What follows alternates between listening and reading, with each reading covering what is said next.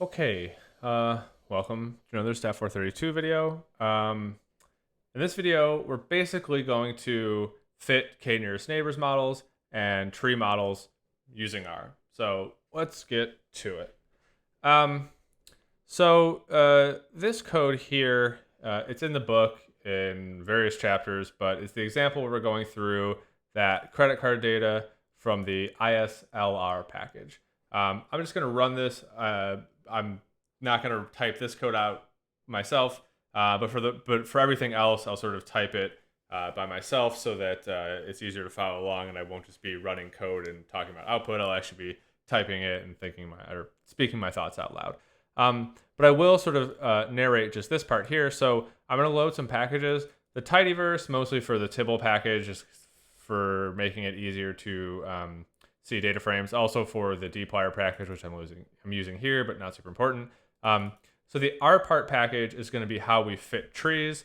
The rpart plot package is going to be how we visualize trees. And the caret package is actually a very feature-rich package for doing machine learning in R, but we're going to use one particular function from it, which is the KNN function for doing k-nearest neighbors. So we'll run that. Okay, cool. We'll load the data. We'll do some stuff to the data. We'll do our usual test train split. Then we'll do our estimation validation split. And we'll have a quick look at the training data. So, don't even quite remember what we did last time in terms of features. But so, again, the sort of story that we concocted here is that we want to predict this rating variable. If you're interested in why we want to do that, go back to the previous videos. But for the purposes of this video, we want to predict that variable. And I think what I did in the book is I said I want to look at something like age. What was it? Education and gender? No. Age, gender, and student, I think, to see if just with those three variables, we can make some predictions about the rating. Okay, so I'm going to make myself smaller here if I can figure that out. Oh, I'm in the wrong screen. Okay. But I'd like to stay visible. Okay, so right off the bat, I want to look at the documentation for this KNN reg function. Remember, we're doing regression, and KNN is the algorithm we want to use here. So there we go. So there are a lot of different packages and functions for doing k-nearest neighbors inside of R. But the reason I select this one is because it has the ability to sort of use almost the exact same syntax we would have done for a linear model. So let me demonstrate. So let's say we wanted to fit a linear model with rating as the response. And what did I say? I think I was going to do age plus gender plus student. I don't know. There's no particular reason for this. Like, I guess you could say this is only demographic information. There's no like banking information here. So if we could predict it based on this, that would be possibly troubling, but that's what we're going to try to do. And so the data here, we're going to do the estimation data. Okay. And I'm not going to fit this or anything or store this or anything, but I'll run it and that works. Okay, cool. So what I'm going to do is I'm just going to replace replace LM with KNN reg. And that just, well, it does something, but I guess for starters, syntactically, that seems to be correct. So that's good.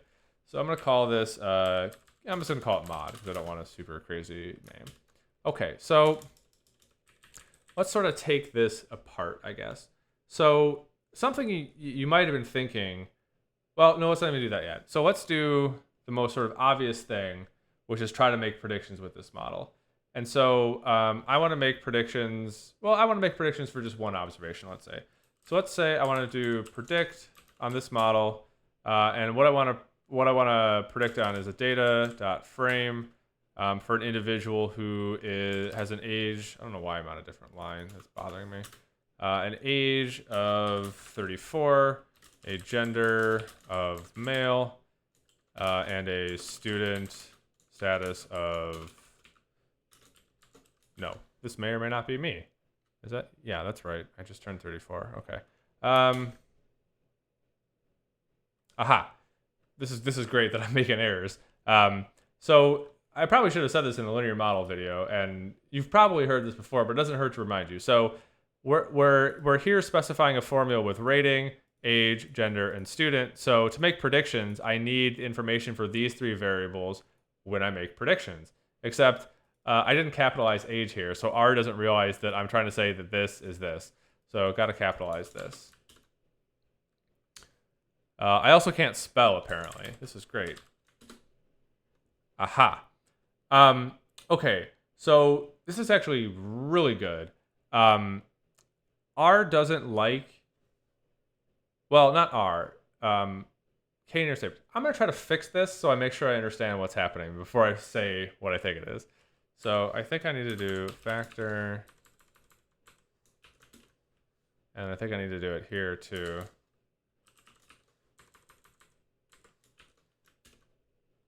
And then I also need to say levels equal C.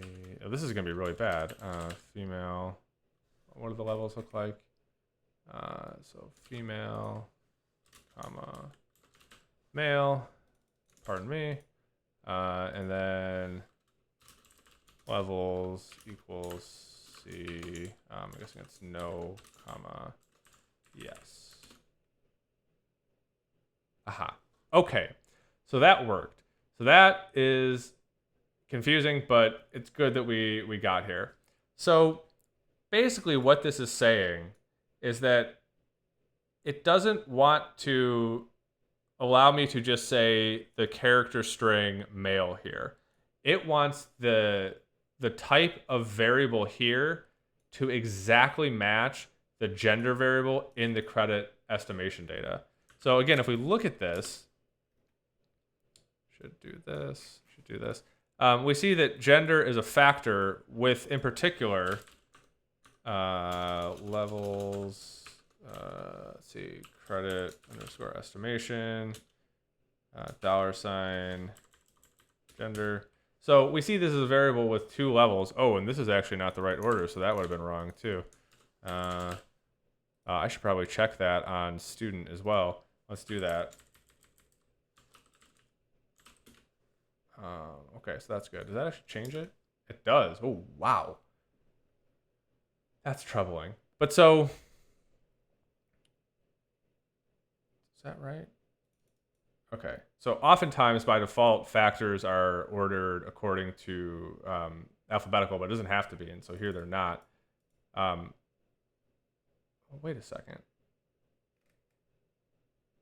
Oh, that's really interesting. It's actually like this. So white space doesn't matter. Okay. I got confused because I realized there's a space here. There's a space right here. I never noticed that before. So it is alphabetical, but that's really weird. But bottom line, this KNN reg function, since is what we use to fit this model, when we call predict on it, the predict function we're using is actually predict.knn reg. So we see some things here, but it would seem that it's doing some checking that LM wasn't. So in particular, whatever you pass to this gender in the data frame of the new observations, it had better be a factor with levels male and female. And the student had better be a factor variable with levels no and yes. So, I mean, you really would only need to worry about that if you were sort of like concocting observations yourself. But if I do something like predict with that model on the, let's say, validation data, we won't run into that trouble because the validation data, the gender and student variables are indeed factors with the two levels. But that's something you might run into at some point, so that's good that we're aware of that. That is really weird about the white space thing here. But do be aware that the order of the levels is important. I think when I had it swapped, it was doing the wrong prediction. Okay, so that's ultra confusing, but basically, as long as you split the data and you're doing the validation data set here, you shouldn't run into that. Okay.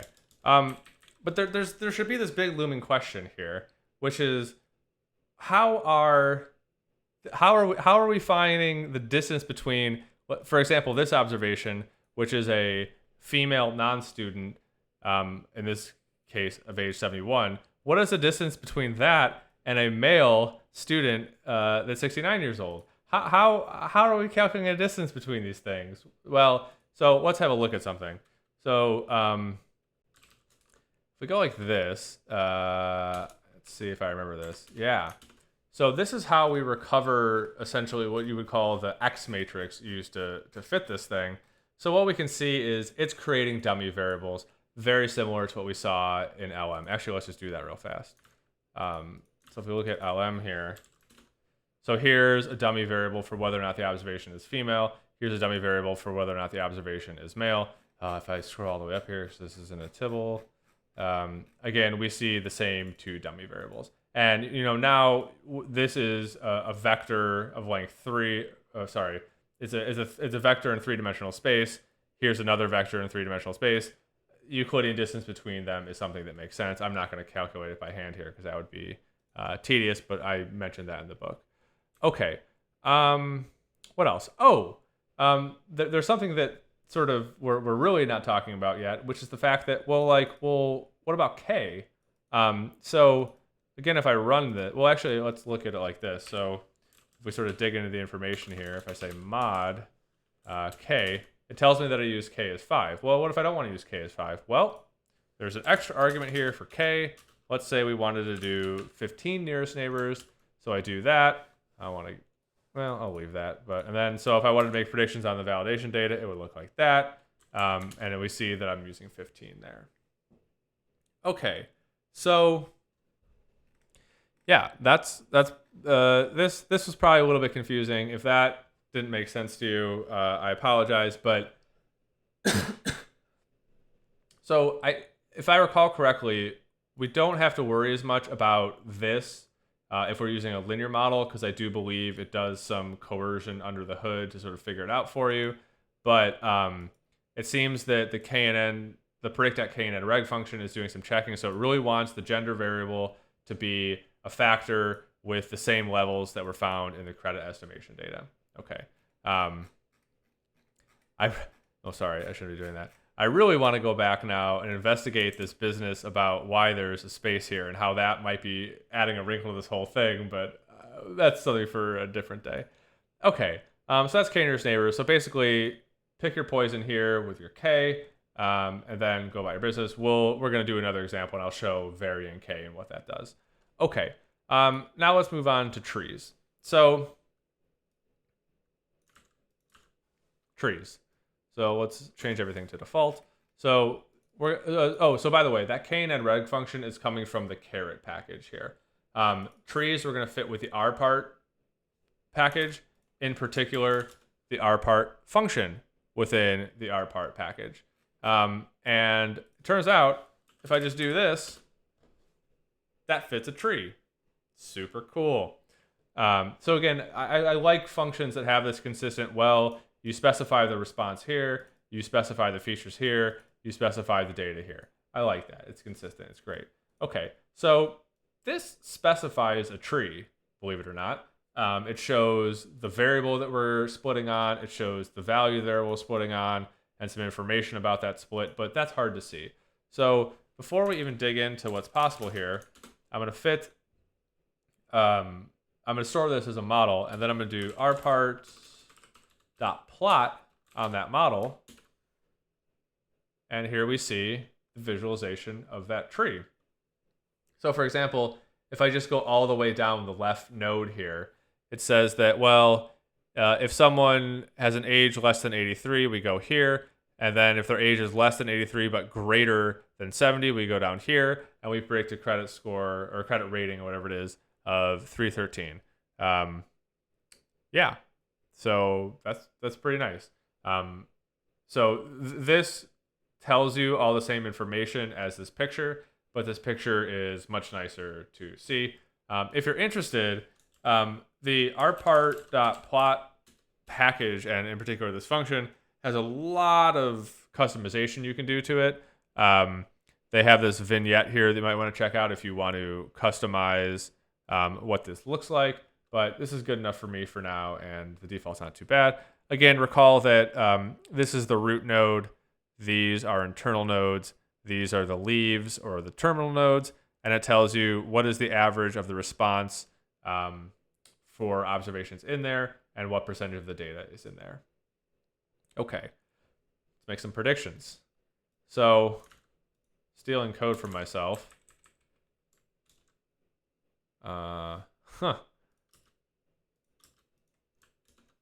So the tree is even more specific. It wants to make sure the levels are correct. So yeah, so there really should be spaces here to exactly match. Just let me run this real quick. Does that? Oh no, that does. Oh no, I did this. So it's sorry. Sorry, does this change it? No. So somehow there's something weird going on here. But anyway, so here I have this observation. I make a prediction. It makes a prediction. Really great. So I think really that would just if we look at this tree, I'm 34. So which means I'm over here, so I'm less than 83. I'm then here. So I think I end up here. No. Sorry, what happened? Because none of these numbers are this number. Do I have the wrong model? Oh yeah, sorry, that was the prediction from the KNN model. I should not be using the same variable name. Aha, so yeah, I was right, it's here. So this rounds to this. So I'm predicting to be in this node.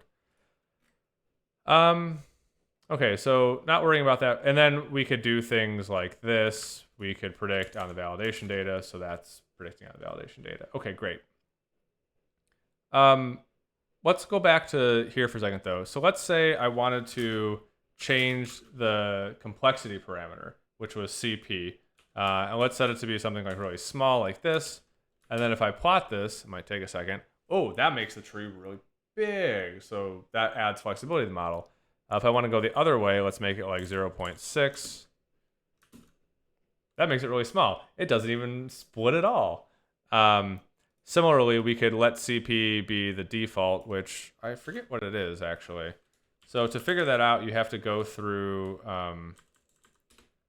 not our part, you need to look at the control parameters. So if we go here, CP is by default 0.01. Okay. So that's what we're doing, but then let's do min split is 10.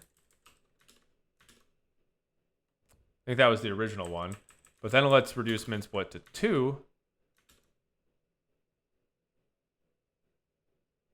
Is it the same? Really? Let's do min split of 2 and a CP of 0.01. Oh, I think that's going to be a big tree. Anytime it's taking a long time to plot, you know it's going to be really big. I regret my decision.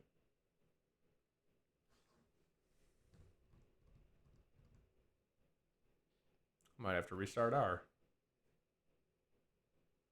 So again, min split says, well, if there, oh gosh, it's so big and so faint, it's still plotting. But so min split of 2 says, well, if there's 2 observations in a region, you can split it. And I'm wondering if with this CP being small enough, this is 1 observation in every leaf here. But all that to say, you can make a really, really big tree, which is a super flexible model, which this is probably overfitting if I had to guess. Okay. Yeah, there may be some overplotting. No kidding. All right, let's look at another example. Sorry. Oh, sometimes I click the wrong screen. Sorry about this. I'm actually curious. Well, let's do this real quick. So back to the original model. I'm gonna do this prediction. What happens if I don't give it that factor business? Is it okay here? So this would just be, oh gosh.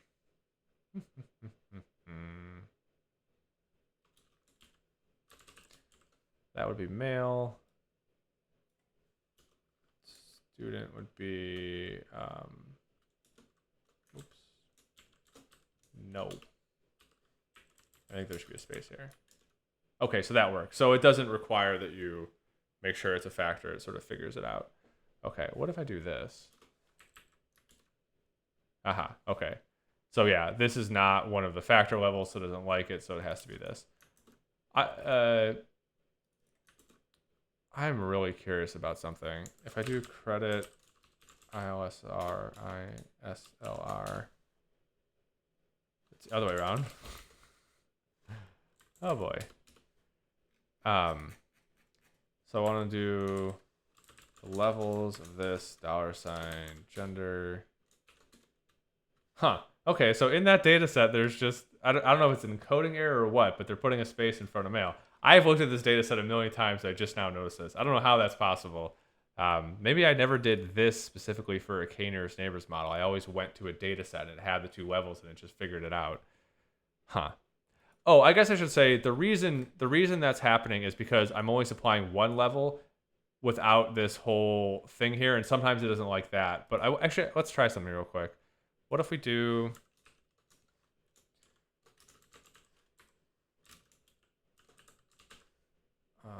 and then, oh, I should just do this.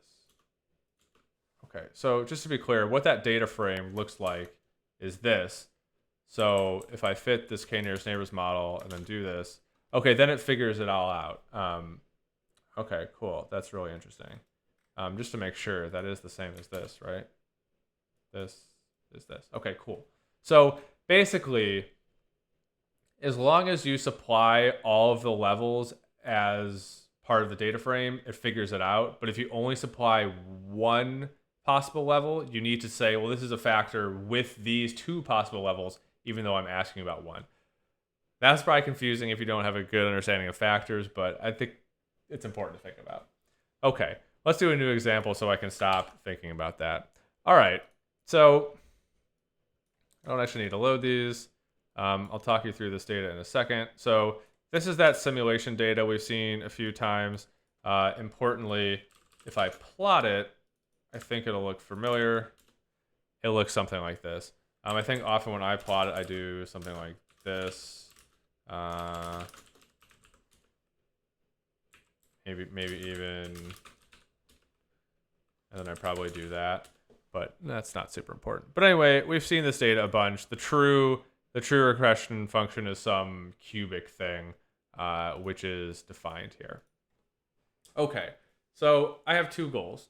I want to train k-nearest neighbors model here, but I want to do it in a way where I figure out what a good value of k is. And then similarly, I want to do the same thing for, a tree model and say, let's fix min split and find a good value of CP. Okay, cool.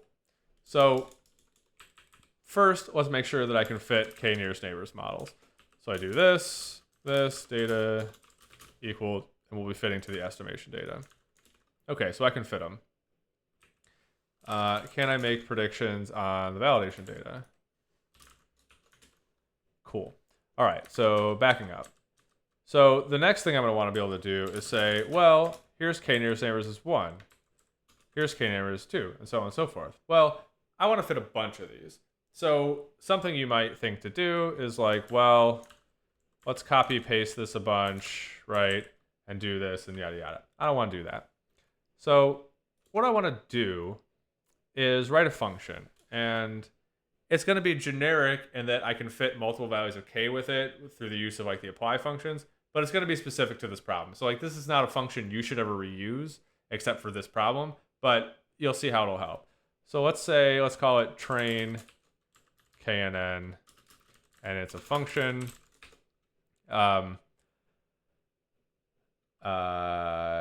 Neighbors. I don't want to use k because that can be confusing. So what I want to do is and then put neighbors here. Okay, cool.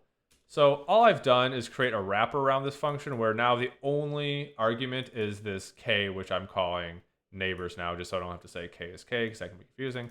So if I do train KNN, neighbors equals 5, it returns a 5 nearest neighbors model. Cool. All right. So then what I can do is say lapply, let's say 1 through 50, this function. So that returns 50 k nearest neighbors models. So each with a different value of k. So I'll call this KNN list. So now I want to calculate the training and validation RMSE for each of these. So I should probably write my handy calc RMSE function. We'll have actual and predicted are going to be the inputs, and what it's going to output is actual minus predicted squared the mean of that and the square root of that. Okay, cool. So for example, I could say KNN list, give me the 10th model in there. That's 10 nearest neighbors. So predict with that on the validation data. Cool. And then calculate the RMSE between the actual values from the validation data, which I believe look like that, compared to the predicted values here. I think I need another run. Cool. Oh, that's going to be a good model. But now I want to do that a bunch of times. So what I'm going to do is an lapply over this list now. This list with this function. I need to supply an extra argument. So I'll do that. Right? No. Sorry, I skipped a step. First, I need to make predictions everywhere. So, sorry, belay that order. So the function I want to do here is predict, and the thing I want to do is pass the SLR validation data there. Except I can't spell. That's a common theme. Okay, so what do we have here? So scrolling up. These are the predictions on the validation data for the KNN model with k is 1. This is when k is 2. This is when k is 3, so on and so forth. So we'll call this KNN val pred. Yeah. And while I'm at it, let's do that on the train data too. Okay, so now I want to sort of like do this a bunch of times real fast. So, sorry, my voice is dying. Did I spill? Sorry. What was I going to do? Oh, yeah. So now I want to take the validation predictions and I want to calculate RMSE. I need to tell it the actual value is from the validation data, the y's, except I didn't run and store these. Okay, and except that's returning a list. I don't want that, so I changed to sapply. That's a vector. That's cool. That's good. And while we're at it, let's do the same thing for the training data. And let's store these. So we'll call this RMSE val. Let's put KNN in front of that. And then a similar thing here, except this is now train. And I run both of those. Okay, so again, what is stored here? This is the validation error when k is 1. This is the validation error when k is 2. This is the validation error when k is 3, and so on and so forth.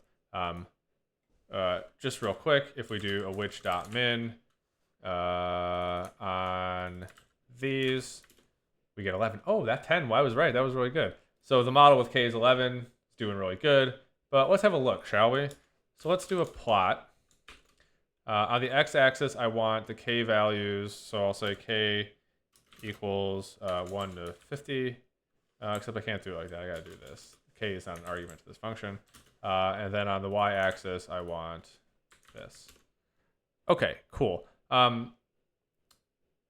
Okay, actually, so I'm only going to do this for k nearest neighbors. I'm going to leave it to an exercise for the viewer to do a similar thing for trees, where you sort of do the same idea and then sort of do a bunch of different values of CP. What I want to do real quick is make this plot look better. So is this a plot that shows the relationship between k and validation RMSE? Yeah. Is it nice to look at? Nah. Let's see what we can do. So, first of all, it has a lot of dots. I want lines too. So I think that's type equals B. Yeah. Yeah, there's probably a few too many dots. You know what? I don't want to do 1 through 50. I want to do this. Let's do k to try is a sequence of values from 1 to, let's say, 51 by 2. So these are the k's that I want to try. We don't need this anymore. We still need this. Don't need to change anything there. So I can put this right here, and then I can put it right here. And then if I rerun all this, which is easy to do because our code was good. I should really be setting a seed too, because if not, this is variable. That's a hint for much later. But anyway, now let's rerun it. Okay, nothing really changed there, so that's okay. All right, cool. All right, this is the plot we want to make look good now. And I would note that this tells me which of these values got minimized, but so it's actually still the 11th here.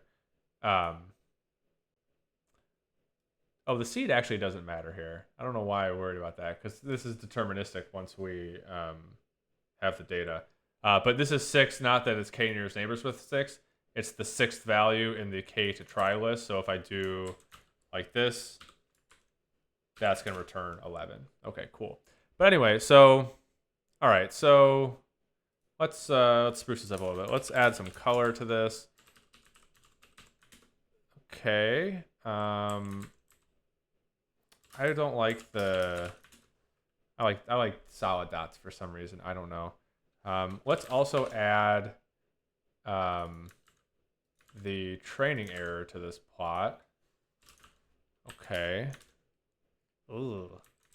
So let's add a color of dark orange. Let's see what happens there. All right. So I have an axis issue here. So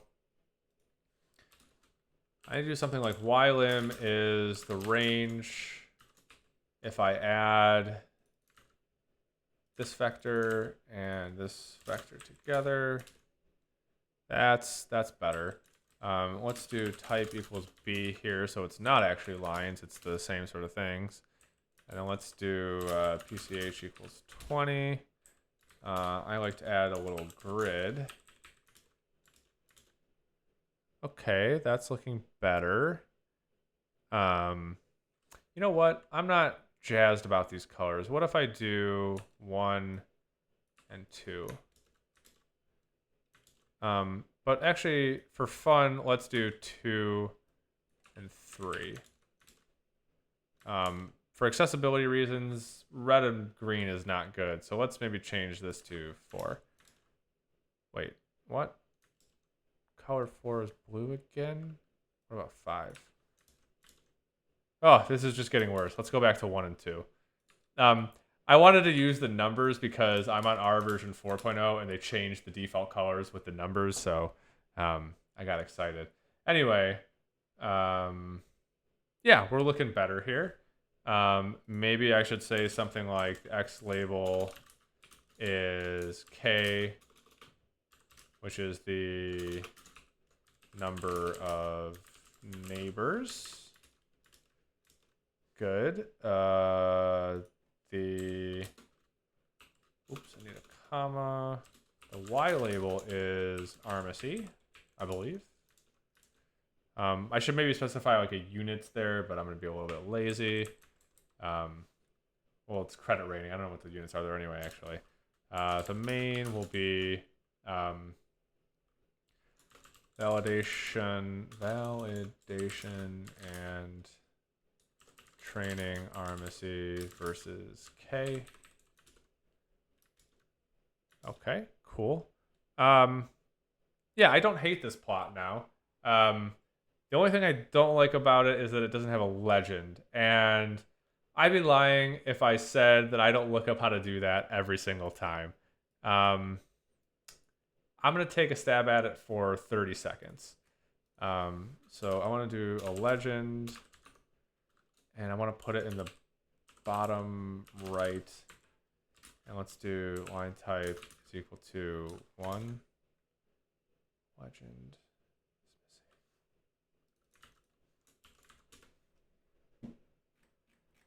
Okay, let's steal an example.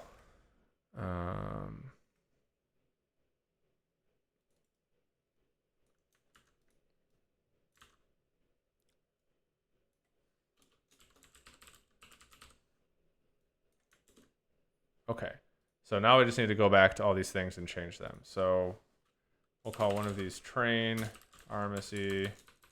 We'll call one of them validation RMSE. We no longer need this one. So the color on the train is, I think, 2. And on validation is 1. Let me try that real quick. That looks good. The line type is 1 on both of them. I don't want to change this.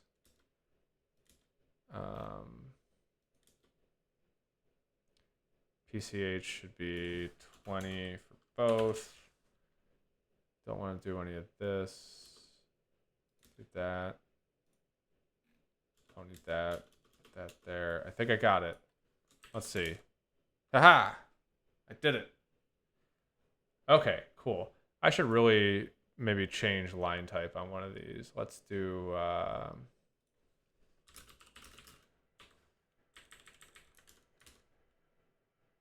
it's not great.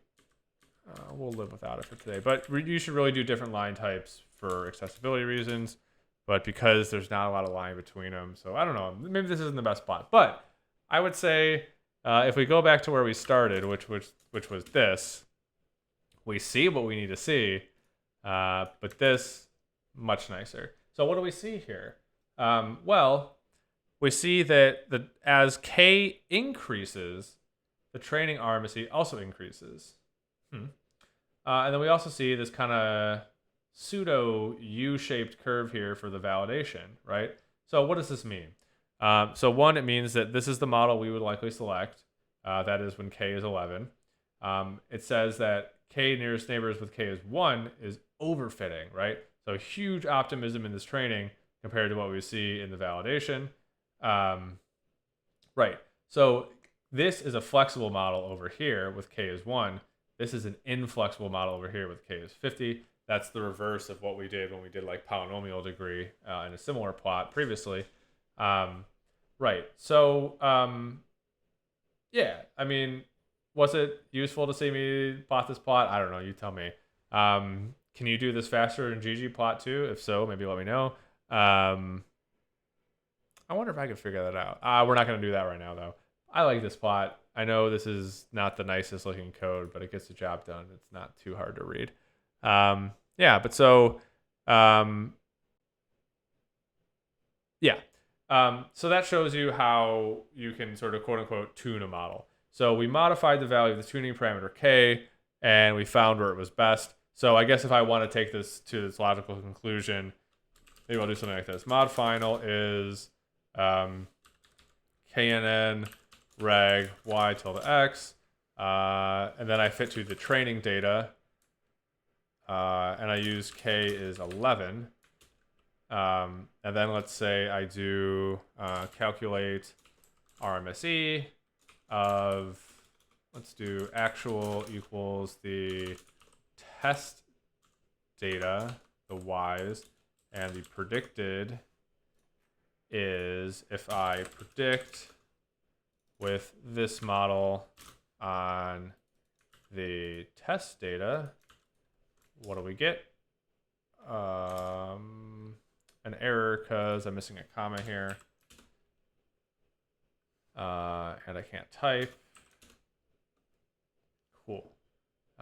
Is that reasonable given how we simulated this data? I don't remember. It's a little optimistic. But anyway, so this would be our estimate of how we would do in a squared error sense on future errors on unseen data. Turns out that's a little optimistic. I'll leave it as a riddle for you to figure out why I know that. Hint, this line here sort of tells me that. But yeah, so that was a little bit about using KNN and trees in R.